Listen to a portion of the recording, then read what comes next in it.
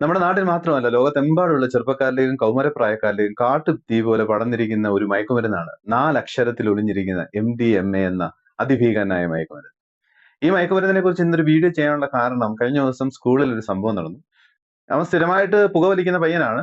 അത്ര വലിയ പ്രശ്നക്കാരനൊന്നുമല്ല. പക്ഷേ വളരെ പെട്ടെന്ന് ഒരു ദിവസം അവനെ സിഗരറ്റ് വലിക്കുന്നതായിട്ട് കണ്ടെത്തുകയും ഞങ്ങൾ അവനെ ചോദ്യം ചെയ്യുകയും അവന്റെ സ്വഭാവത്തിലൊക്കെ ഭയങ്കരമായിട്ടൊരു വ്യത്യാസം. അവൻ ഭയങ്കര അക്രമാസക്തനാകുന്ന രീതിയിലേക്ക് കാര്യങ്ങളൊക്കെ പോയി. അവന്റെ വായിൽ നിന്ന് അസഭ്യമായ വാക്കുകളൊക്കെ വന്നു.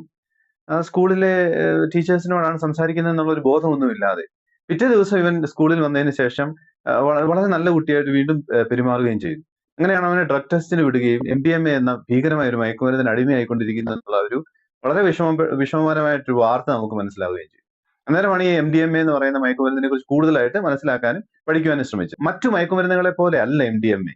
അതിന്റെ ഒരു സ്വഭാവം എന്ന് പറയുന്നത് നമ്മൾ ഉപയോഗിക്കുന്ന സമയത്ത് ആദ്യമായിട്ട് തുടക്കക്കാരൻ എന്ന രീതിയിൽ നമ്മളത് ഉപയോഗിച്ച് തുടങ്ങുമ്പോൾ നമ്മുടെ ശരീരത്തിൽ അതിന്റെ പ്രത്യേക ലക്ഷണങ്ങളൊന്നും കാണുകയില്ല.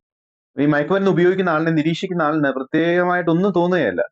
മറ്റു മയക്കുമരുന്നുകളെ പോലെ അല്ല. ഇപ്പൊ മദ്യപിക്കുകയോ പുകവലിക്കുകയോ ഒക്കെ ചെയ്യുമ്പോൾ ഉണ്ടാകുന്ന ആ ഒരു അവർക്ക് ചുറ്റും ഉണ്ടാകുന്ന ഒരു പ്രത്യേക തരത്തിലുള്ള ഒരു വാസനയുണ്ട്, ഒരു ഗന്ധമുണ്ട്. ഇതൊന്നും ഈ MDMA ഉപയോഗിക്കുന്ന ആളിനില്ല. സ്വഭാവ വ്യതിയാനം ഒന്നും പെട്ടെന്ന് കാണാനായിട്ട് സാധിക്കുകയില്ല. അതാണ് ഈ മയക്കുമരുന്നിനെ ഏറ്റവും അപകടകാരിയായ മയക്കുമരുന്നാക്കുന്നതിന് കാരണം. വിദേശ രാജ്യങ്ങളിലൊക്കെ കോടിക്കണക്കിന് വിലയാണ്. ഇന്ത്യയിൽ കിട്ടുന്ന MDMA എന്നറിയപ്പെടുന്നത് ശരിക്കുള്ള MDMA അല്ല. MDMAയുടെ കുടുംബത്തിൽ തന്നെയുള്ള മെറ്റാംഫെറ്റ അമീൻ എന്ന് പറയുന്ന ഒരു അല്ലെങ്കിൽ ഫെറ്റ അമീൻ എന്ന് പറയുന്ന ഒരു കുടുംബക്കാരനാണ്. ഈ കുടുംബത്തിൽ തന്നെ ഉള്ള ആളാണ്. അതുകൊണ്ടാണ് നമ്മുടെ സാധാരണക്കാർക്ക് അവൈലബിൾ ആയിട്ടുള്ള വിലയ്ക്ക് അത് നാട്ടിൽ കിട്ടുന്നത്. നാട്ടിലെല്ലാം മായമാണല്ലോ. ഇതിനകത്തും അല്പം മായം ചേർത്തിട്ടുണ്ട്. എന്നാലും ഇതിന് ദോഷവശങ്ങൾക്ക് യാതൊരു കുറവുമില്ല. എന്താണ് MDMA നമുക്ക് നോക്കാം. മെഥിലീൻ ഡയോക്സി ഫെറ്റ അമീൻ എന്ന് പറയുന്ന രാസനാമത്തിൽ അറിയപ്പെടുന്ന ഒരു മയക്കുമരുന്നാണ്. 1912 ജർമ്മൻ ഫാർമസ്യൂട്ടിക്കൽ കമ്പനിയായ മെർക്ക് ആണ് ഇത് ആദ്യമായിട്ട് നിർമ്മിച്ചത്. വിശപ്പ് കുറയ്ക്കാനുള്ള ഒരു മരുന്നായിട്ടാണ് അവർ ആദ്യം ഇത് നിർമ്മിച്ചത്. പിന്നീട് അത് ആരോഗ്യ മേഖലയിലൊക്കെ പല ആവശ്യങ്ങൾക്ക് ഉപയോഗിച്ചിട്ടുണ്ട്. നമുക്കറിയാം ഈ ലഹരി പദാർത്ഥങ്ങളും മയക്കുമരുന്നുകളും ഒക്കെ ഇതിനൊക്കെ ഒരു ഗുണപ്രദമായ കാര്യങ്ങളൊക്കെ ആരോഗ്യ മേഖലയിലുണ്ട്. അത് അവർ അതിനായിട്ട് ഉപയോഗിക്കുന്നുണ്ട്. അങ്ങനെ മറ്റു മയക്കുമരുന്നുകൾ നമുക്ക് കിട്ടാതെ വന്ന ഒരു അവസരത്തിലാണ് ഈ MDMA നമ്മുടെ മാർക്കറ്റിലേക്ക് സുലഭമായിട്ട് വന്നെത്തിയത്. പ്രത്യേകിച്ച് പോലീസിന്റെയും കസ്റ്റംസിന്റെയും ഒന്നും നിരീക്ഷണത്തിൽ ഇല്ലാതിരുന്ന ഒരു വസ്തുവാണ് MDMA ആദ്യകാലങ്ങളിൽ. ഇതൊരു ഇല്ലിസിറ്റ് ഡ്രഗ് ആണ്. അതായത് കൈവശം വെച്ചിരുന്നാൽ നിയമപരമായിട്ട് അത് തെറ്റാണ്. നമുക്ക് ശിക്ഷ കിട്ടാൻ 6 മാസം തൊട്ട് 10 വർഷം വരെ ശിക്ഷ കിട്ടാവുന്ന വകുപ്പുകൾ ചേർക്കാൻ പറ്റുന്നതാണ്. അതുകൊണ്ട് തന്നെ നമ്മൾ സാധാരണക്കാരെ എന്നെ പോലെ നിങ്ങളെ പോലെ ഉള്ളവരൊന്നും MDMA കൈവശം വെക്കരുത്. നിയമവിരുദ്ധമാണ്. ഇതൊരു നാർക്കോട്ടിക് ആണ്. ഇലിസിറ്റ് ഡ്രഗ് എന്ന് പറയുന്ന വാക്ക് പരിചിതമില്ലാത്തവർക്ക് സിനിമയിലൂടെയൊക്കെ ഈ നാർക്കോട്ടിക് എന്ന പദം നമുക്ക് സുപരിചിതമാണ്. തലച്ചോറിനകത്ത് സെറിബ്രൽ കോർട്ടെക്സിനെയും ഹൈപ്പോതലാമസിനെയും ഇത് ബാധിക്കുന്നു. തലച്ചോറിനകത്ത് ഡോപ്പമിൻ എന്ന് പറയുന്ന ഒരു രാസവസ്തു ഉൽപ്പാദിപ്പിക്കുന്നു. എല്ലാവർക്കും അറിയാം ഡോപ്പമിൻ എന്താണെന്ന്. നമുക്ക് മനസ്സിന് സന്തോഷം തരുന്ന, നമ്മുടെ തലച്ചോറിലേക്ക് സന്തോഷത്തിന്റെ എല്ലാ മുകുളങ്ങളും കൊണ്ടുവരുന്നത് ഡോപ്പമിൻ ആണ്. ഡോപ്പമിൻ കൂടുതൽ ഉൽപ്പാദിപ്പിക്കുമ്പോഴാണ് നമുക്ക് സന്തോഷം ഉണ്ടാകുന്നത്. ഉപയോഗിച്ച് 20 മിനിറ്റിനുള്ളിൽ തന്നെ ശരീരത്തിൽ പ്രവർത്തനം ആരംഭിക്കുന്നു. 3 മുതൽ 4 മണിക്കൂർ വരെ അത് നിലനിൽക്കും. ആദ്യമായിട്ട് ഈ മരുന്ന് ഉപയോഗിക്കുന്ന ആള്, ഈ ഡ്രഗ്സ് ഉപയോഗിക്കുന്ന ആള് ഭയങ്കര ഉന്മേഷവാനായിട്ടൊക്കെ കാണപ്പെടുന്നു. അതിന്റെ കാരണം തലച്ചോറിനെയാണ് ഇത് ബാധിക്കുന്നത്. നമ്മുടെ സെൻട്രൽ നെർവസ് സിസ്റ്റത്തിനെയാണ് ഈ MDMA എന്ന് പറയുന്ന മരുന്ന് ബാധിക്കും. MDMA ഉപയോഗിച്ച് തുടങ്ങുന്ന ഒരാളുടെ ശരീരത്തിൽ തലച്ചോറിൽ ഡോപ്പമിൻ നന്നായിട്ട് ഉൽപ്പാദിപ്പിക്കുന്നു. സന്തോഷകരമായ ഒരു അവസ്ഥ അദ്ദേഹത്തിന് ഉണ്ടാവുന്നു. എല്ലാത്തിനും ഒരു കോൺഫിഡൻസ് ഉണ്ടാവുന്നു. കാര്യങ്ങളൊക്കെ ചെയ്യാനുള്ള ഒരു ഊർജ്ജസ്വലത വരുന്നു. ആള് നല്ല സന്തോഷവാനായിട്ട് കാണപ്പെടുന്നു. എല്ലാവരോടും സ്നേഹമുള്ളവൻ, ഒരു പ്ലസന്റ് സിറ്റുവേഷൻ ക്രിയേറ്റ് ചെയ്തു. ഇത് ശരിക്കും പറഞ്ഞാൽ ഈ പ്ലസന്റ് സിറ്റുവേഷൻ ക്രിയേറ്റ് ചെയ്യുന്ന പറഞ്ഞാൽ ഈ പ്രണയിനികൾക്ക്, റിലേഷൻഷിപ്പിലൊക്കെ ഉള്ളവർക്ക് അപ്പുറത്തുള്ള ആളിന് ഇദ്ദേഹം ഒരു നല്ല മനുഷ്യനായിട്ട് അല്ലെങ്കിൽ ഒരു സ്ത്രീയായിട്ട് തോന്നും. സ്നേഹമുള്ള വാക്കുകളുമായിട്ട് എപ്പോഴും സ്നേഹത്തോടെ പെരുമാറുന്ന ഒരു കൂട്ടാളിയെ നമുക്ക് കിട്ടുമ്പോൾ ആരായാലും സന്തോഷവാനാകും. ടെൻഷനുള്ള ജോലികൾ ചെയ്യുന്നത്, സമ്മർദ്ദത്തിലുള്ള ജോലികൾ ചെയ്യുന്നവര്, ജോലി ചെയ്ത ക്ഷീണം ഉണ്ടാകുന്നവർക്കൊക്കെ ഇത് കഴിച്ചു കഴിഞ്ഞാൽ ആ ക്ഷീണമൊക്കെ ഒന്ന് മാറി, ആ ടെൻഷനൊക്കെ ഒന്ന് മാറി, എല്ലാ കാര്യത്തിനും ഭയങ്കര കോൺഫിഡൻസ് ആണ്. എന്ത് ചെയ്യാനുള്ള ഒരു ധൈര്യം ആളിൽ വരുന്നു. ഇതൊക്കെയാണ് തുടക്ക സമയത്ത് നമുക്ക് അനുഭവപ്പെടുന്ന കാര്യങ്ങൾ. അതുകൊണ്ട് തന്നെ ആദ്യമായിട്ട് ഇത് ഉപയോഗിക്കുന്ന ആള് ഇതിലേക്ക് ആകർഷനാവും. കാരണം അവരുടെ ജീവിതത്തിൽ ഒരു പ്രത്യേക ഒരു ഉന്മേഷം അവരുടെ ജീവിതത്തിൽ ഉണ്ടാകുന്നു. ഇത് അധികകാലം നീണ്ടു നിൽക്കത്തില്ല. MDMA ഉപയോഗിക്കുന്ന ഒരാൾ MDMA ഉപയോഗിക്കുന്നു എന്ന് അറിയാനായിട്ട് യാതൊരു മാർഗവും ഇല്ല ആദ്യ സമയത്തൊക്കെ. കാരണം ലക്ഷണങ്ങളൊന്നും നമുക്ക് കാണുന്നില്ല. MDMA ഉപയോഗിച്ച് അദ്ദേഹം കുറെ നാൾ അങ്ങോട്ട് കഴിയുമ്പോൾ ഇതിന് അഡിക്റ്റഡ് ആവും. അഡിക്റ്റഡ് ആയി കഴിയുമ്പോൾ ഈ മരുന്നില്ലാതെ അദ്ദേഹത്തിന് ജീവിക്കാൻ പറ്റാത്തൊരു അവസ്ഥയിലേക്ക് വരുന്നു. അന്നേരമാണ് ശരിക്കും ആരോഗ്യ പ്രശ്നങ്ങളൊക്കെ പ്രകടമായ രീതിയിൽ കണ്ടുവരുന്നത്. മാതാപിതാക്കളായ നിങ്ങൾ സൂക്ഷിക്കണം, ശ്രദ്ധിക്കണം. കുട്ടികളിൽ ഈ മാറ്റങ്ങളൊക്കെ ഉണ്ടോ എന്ന് ശ്രദ്ധിക്കണം. അത് മാത്രമാണ് ആദ്യ കാലങ്ങളിൽ നിങ്ങളുടെ കുട്ടികൾ MDMAക്ക് അടിമയാണോ, അത് ഉപയോഗിക്കുന്നുണ്ടോ എന്ന് തിരിച്ചറിയാനുള്ള പ്രധാനപ്പെട്ട ഒരു കാര്യം. ഉത്കണ്ഠയാണ് ഇതിന്റെ ഏറ്റവും പ്രധാനപ്പെട്ട ഒരു ഒരു ലക്ഷണം. ഭയങ്കര എല്ലാ കാര്യത്തിനും ഉത്കണ്ഠ, അത് ഭയങ്കര ടെൻഷൻ ഉണ്ടാവുന്നു, അമിതമായിട്ട് വിയർക്കുന്നു, ശരീരം അമിതമായിട്ട് വിയർക്കുന്നു, രക്തസമ്മർദ്ദം കൂടുന്നു, പെട്ടെന്ന് ദേഷ്യമൊക്കെ വരുന്ന ഒരു അവസ്ഥ. ആ ശാന്തമായിട്ടുള്ള അവസ്ഥയിൽ നിന്ന് മാറിയിട്ട് ചെറിയ ചെറിയ കാര്യങ്ങൾ ഉണ്ടെങ്കിലും പെട്ടെന്ന് ദേഷ്യം വരുന്നു, ആവേശം കൂടുന്നു. എല്ലാ കാര്യങ്ങൾക്കും ഒരു ആവേശമാണ്, ഒരു ക്ഷമയെന്ന് പറയുന്ന ഒരു കാര്യമില്ല.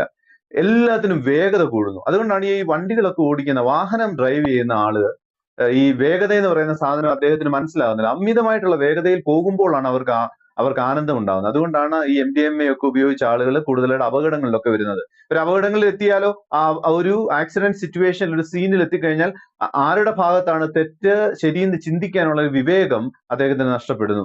അതും മറ്റൊരു ലക്ഷണമാണ്, വിവേകമില്ലായ്മ. നമ്മുടെ ഭാഗത്താണ് തെറ്റെങ്കിൽ പോലും മറ്റു ആൾക്കാരോട് തർക്കിക്കുക, അവരോട് വഴക്കുണ്ടാവുക. രക്തം കണ്ടാൽ രക്തമാണെന്നോ, അല്ലെങ്കിൽ നമ്മുടെ മാതാപിതാക്കളെയാണ് നമ്മൾ ഉപദ്രവിക്കുന്നതെന്നോ, സഹോദരങ്ങളെയാണ് ഉപദ്രവിക്കുന്നതെന്നോ, ഈവൻ അധ്യാപകരെ പോലും അവരെയാണ് നമ്മൾ ഉപദ്രവിക്കുന്നതെന്നോ ഒന്നും ഒരു ബോധം നമ്മുടെ തലച്ചോറിനില്ല. കാരണം ഈ മയക്കുമരുന്ന് നമ്മുടെ തലച്ചോറിനെ അത്രമാത്രം കീഴ്പ്പെടുത്തിയിരിക്കുന്നു. ഒരു സാഹചര്യത്തിനെ കൈകാര്യം ചെയ്യാനുള്ള കഴിവില്ലായ്മ, അതാണ് അടുത്തത്. നമുക്ക് സിറ്റുവേഷൻ ഹാൻഡിൽ ചെയ്യാനുള്ള കഴിവ് നഷ്ടപ്പെടുന്നു. അതുകൊണ്ട് തന്നെ ഇവരൊക്കെ ഭയങ്കരമായിട്ട് അങ്ങ് അക്രമാസക്തമായ രീതിയിൽ കാര്യങ്ങളെ അപ്രോച്ച് ചെയ്യുന്നു. ശരിയും തെറ്റും തിരിച്ചറിയാനുള്ള ഒരു കഴിവ് കുറഞ്ഞു വരുന്നു. വളരെ പെട്ടെന്ന് തന്നെ അതിനൊരു ഉത്തരം വേണം, സൊല്യൂഷൻ പെട്ടെന്ന് വേണം, ക്ഷമയില്ലാത്തൊരവസ്ഥ. അതുകൊണ്ടാണ് ഇവരുമായിട്ട് നമുക്കൊരു ആർഗ്യുമെന്റിന് ഒരിക്കലും നമ്മൾ മുതിരരുത്. പ്രത്യേകിച്ച് പെൺകുട്ടികൾ ശ്രദ്ധിക്കേണ്ട കാര്യം, നിങ്ങൾ തനിച്ചാണ് ഒരു സിറ്റുവേഷനിൽ എങ്കിൽ, MDMA ഉപയോഗിക്കുന്ന ഒരാളുമായിട്ടാണ് നിങ്ങൾ കോൺവെർസേഷൻ സ്റ്റാർട്ട് ചെയ്യുന്നതെങ്കിൽ ഒരു ആർഗ്യുമെന്റിലേക്ക് പോകാതെ ശ്രദ്ധിക്കണം. കാരണം നിങ്ങൾ സ്വന്തം സഹോദരനോടാണ് സംസാരിക്കുന്നത് എങ്കിൽ പോലും, നിങ്ങളുടെ സഹോദരനാണ് MDMAക്ക് അടിമയായിട്ടുള്ള ഒരു വ്യക്തി എങ്കിൽ പോലും, അദ്ദേഹത്തിന് നിങ്ങൾ സഹോദരിയാണെന്നുള്ള തിരിച്ചറിവ് നഷ്ടപ്പെടുന്ന ഒരു സമയം വരും. അങ്ങനെയൊക്കെയാണ് ഈ സഹോദരങ്ങളെയൊക്കെ റേപ്പ് ചെയ്യുന്നതും അവരെ ഉപദ്രവിക്കുന്നതുമായിട്ടുള്ള സിറ്റുവേഷൻ. റിലേറ്റീവ് ആണെന്നുള്ള ഒരു ബോധമില്ലാത്ത അവസ്ഥ.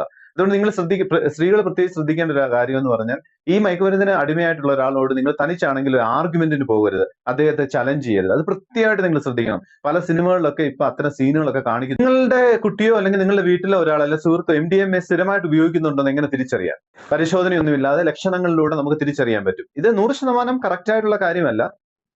ഇത്രയും കാര്യങ്ങളൊക്കെ ഉണ്ടെങ്കിൽ നിങ്ങൾക്ക് അനുമാനിക്കാം ഇദ്ദേഹം MDMA എന്ന് പറയുന്ന മാരക മയക്കുമരുന്നിന് അടിമയാണ്. സംസാരിച്ചുകൊണ്ടിരിക്കുമ്പോൾ കൃഷ്ണമണികളൊക്കെ ക്രമാതീതമായിട്ട് വികസിക്കുക. സാധാരണഗതിയിൽ നമ്മൾ സംസാരിക്കുമ്പോൾ കൃഷ്ണമണി അല്ലെങ്കിൽ കണ്ണുകളൊക്കെ നമ്മൾ ഉപയോഗിക്കും ഒരു ബോഡി ലാംഗ്വേജ് ആയിട്ട്. പക്ഷെ കൃഷ്ണമണികളൊക്കെ അമിതമായിട്ട് വികസിക്കുക. ഹൃദയമിടിപ്പ് ഭയങ്കരമായിട്ട് കൂടുക. കാടിയലിന്റെ ഈ ഭാഗത്തൊക്കെ വളരെ വൈകൃതമായ രീതിയിൽ ഇങ്ങനെ അനങ്ങുക. അവിടെ ഒക്കെ ഒരു ചെറിയ വൈബ്രേഷൻസ് ഒക്കെ വരുന്നു. പല്ലുകൾ കൂട്ടിയിറുമുക. സംസാരിക്കുമ്പോൾ നമ്മൾ എതിർഭാഗത്തുള്ള ആൾ വിചാരിക്കും ഇദ്ദേഹം വളരെ ദേഷ്യത്തോടെയാണ് സംസാരിക്കുന്നത്. പല്ലുകൾ കൊഴിയുക, പല്ലുകൾക്ക് കേടുപാടുകൾ സംഭവിക്കുക, ചെറിയ ചെറിയ എല്ലും കഷണമൊക്കെ നമ്മൾ ഇറച്ചിയൊക്കെ കഴിക്കുവാണെങ്കിലും പല്ലിന് വേദനയുണ്ടാവുക, പല്ലുകളൊക്കെ പൊടിയുക.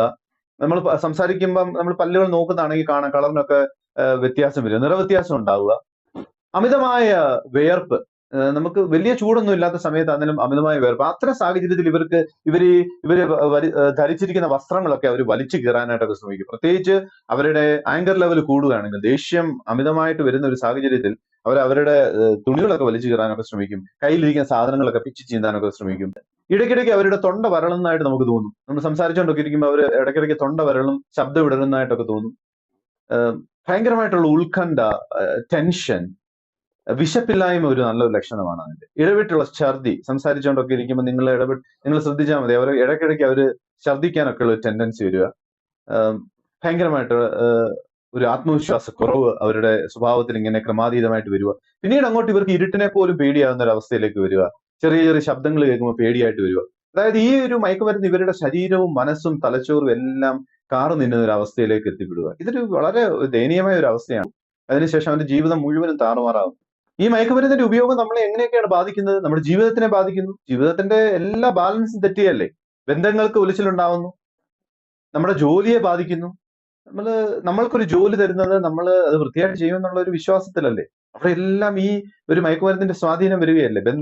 ബന്ധങ്ങളും വ്യക്തിബന്ധങ്ങളും പ്രൊഫഷണൽ റിലേഷൻഷിപ്പും എല്ലാം മാറുകയാണ്. സമൂഹത്തിൽ നിന്ന് തന്നെ നമ്മൾ ഒറ്റപ്പെടുന്ന ഒരു അവസ്ഥ വരുന്നു.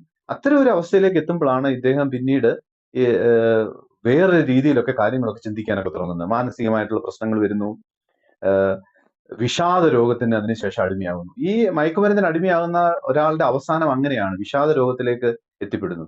അവസാനം ഈ മയക്കുമരുന്ന് നിങ്ങളെ പൂർണ്ണമായിട്ട് കാർന്നു തിന്നുന്ന ഒരു അവസ്ഥ വരുന്ന സമയത്തേക്ക് നിങ്ങൾ എല്ലാ കാര്യങ്ങളിൽ നിന്നും നിങ്ങളെ തന്നെ സ്വയം മാറ്റി നിർത്താനായിട്ട് ശ്രമിക്കുന്നു. ഒരു കാര്യത്തിന് ശ്രദ്ധയില്ലാത്ത അവസ്ഥ, ഉന്മേഷമില്ലാത്ത അവസ്ഥ, നിങ്ങൾ ആ സമൂഹത്തിന് തന്നെ ഒരു അൺഫിറ്റ് ആണെന്ന് നിങ്ങൾക്ക് തന്നെ തോന്നുന്ന ഒരു അവസ്ഥയിലേക്കൊക്കെ നിങ്ങൾ എത്തുന്നു. അങ്ങനെ അവസാനം ഈ ഒരു മയക്കുമരുന്ന് ഒരാളുടെ ജീവിതം നശിപ്പിക്കുന്നു. ആദ്യമൊക്കെ നല്ലൊരു ഫീലിങ്സ് നമുക്ക് തന്നിരുന്ന ഈ ഒരു വസ്തു പിന്നീട് അങ്ങോട്ട് നമ്മുടെ ജീവിതത്തിനെ കാർന്നു തിന്നുന്ന വളരെ ദുഃഖകരമായിട്ടുള്ള അവസ്ഥയാണ്. വളരെ ക്വാളിഫൈഡ് ആയിട്ടുള്ള, നല്ല മിടുക്കരായിട്ടുള്ള എത്രയോ ചെറുപ്പക്കാര് അല്പം ബുദ്ധി ഉപയോഗിക്കാനുള്ള കഴിവില്ലായ്മ മൂലം ഈ ഒരു മയക്കുമരുന്നിന് അടിമയാവുകയും അവരുടെ ജീവിതം നശിക്കുന്നത്. ഒരുപക്ഷെ നിങ്ങൾ മാത്രമല്ല ഈ മയക്കുമരുന്നിന്റെ ഉപയോഗം കൊണ്ട് അനുഭവിക്കേണ്ടി വരുന്നത്. അതിന്റെ പരിണിത ഫലം, ദൂഷ്യവശങ്ങൾ അനുഭവിക്കും. നിങ്ങളുടെ കൂടെയുള്ളവരും നിങ്ങളുടെ കുടുംബക്കാരും നിങ്ങളുമായിട്ട് ബന്ധപ്പെട്ട പലരും ഇതിന്റെ ദൂഷ്യവശങ്ങൾ അനുഭവിക്കേണ്ടതായിട്ടുള്ള അവസ്ഥ വരുന്നു. കൊലപാതകങ്ങൾ, മറ്റ് അക്രമമായിട്ടുള്ള കാര്യങ്ങൾ, നമുക്കൊന്നും അങ്ങോട്ട് മനസ്സിൽ ഓർക്കാൻ പറ്റാത്ത സംഭവങ്ങളൊക്കെയാണ് നാട്ടിൽ നടക്കുന്നത്. എന്റെ ഒരു എളിയ അപേക്ഷ, നിങ്ങൾ ഇത് ഉപയോഗിച്ച് തുടങ്ങിയിട്ടുണ്ടെങ്കിൽ എത്രയും വേഗം തന്നെ ഇതിൽ നിന്ന് മുക്തി നേടുക. നിങ്ങൾ ഇത് ഉപയോഗിച്ചിട്ടില്ലാത്ത ആളാണെങ്കിൽ ഒരു കാരണവശാലും ഒരു തവണ പോലും MDMA എന്ന ഈ മാരകമായിട്ടുള്ള മയക്കുമരുന്ന് ഉപയോഗിക്കരുത്. MDMA ഒരു തവണ ഉപയോഗിച്ചു കഴിഞ്ഞാൽ നിങ്ങൾ അഡിക്റ്റ് ആകാനുള്ള സാധ്യത 60 തൊട്ട് 70% വരെയാണ്. അങ്ങനെയാണ് പഠനങ്ങൾ തെളിയിക്കുന്നത്. വീണ്ടും വീണ്ടും ഉപയോഗിക്കാനായിട്ട് തോന്നും. സുഹൃത്തുക്കളെ ശ്രദ്ധിക്കുക.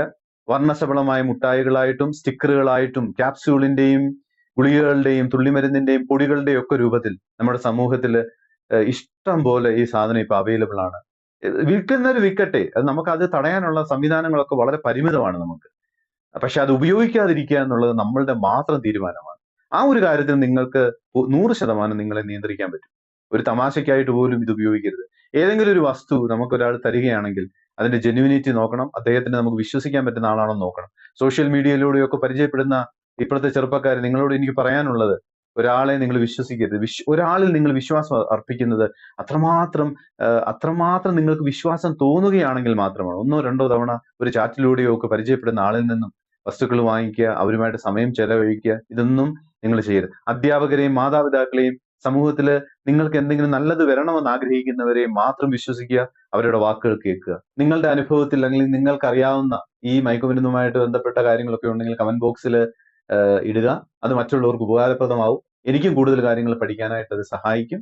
കൂടുതലായിട്ട് ഇത്തരം അബദ്ധങ്ങളിലേക്ക് ചെന്ന് ചാടുന്നവര് വിദ്യാഭ്യാസമുള്ളവരും നല്ല ജോലിയിലൊക്കെ ഇരിക്കുന്നവരും ഒക്കെയാണ്. അപ്പൊ നിങ്ങളുടെ അക്കാഡമിക് ക്വാളിഫിക്കേഷൻസ് അനുസരിച്ച്, നിങ്ങൾ ചെയ്യുന്ന ജോലിയുടെ സ്റ്റാറ്റസ് അനുസരിച്ച് നിങ്ങളുടെ ജീവിതം ചിട്ടപ്പെടുത്തുക. ഏതെങ്കിലും ഒരു നമ്മൾ ഉപയോഗിക്കാത്ത ഒരു വസ്തു നമ്മൾ ഉപയോഗിച്ചതിന് ശേഷം ശരീരത്തിൽ എന്തെങ്കിലും ഒരു മാറ്റം, അത് നല്ലതോ ചീത്തയോ ആകട്ടെ, ഏതെങ്കിലും ഒരു പ്രോഡക്റ്റ് നമ്മൾ ഉപയോഗിച്ചതിന് ശേഷം ശരീരത്തിൽ പ്രകടമായ മാറ്റങ്ങൾ ഉണ്ടാകുന്നുണ്ടെങ്കിൽ അതിനെക്കുറിച്ച് അന്വേഷിക്കുക, പഠിക്കുക. നിങ്ങൾ ഒരിക്കലും ജീവിതത്തിൽ ഈ അബദ്ധത്തിലേക്ക് ചെന്ന് ചാടരുത്. എല്ലാവർക്കും നമസ്കാരം.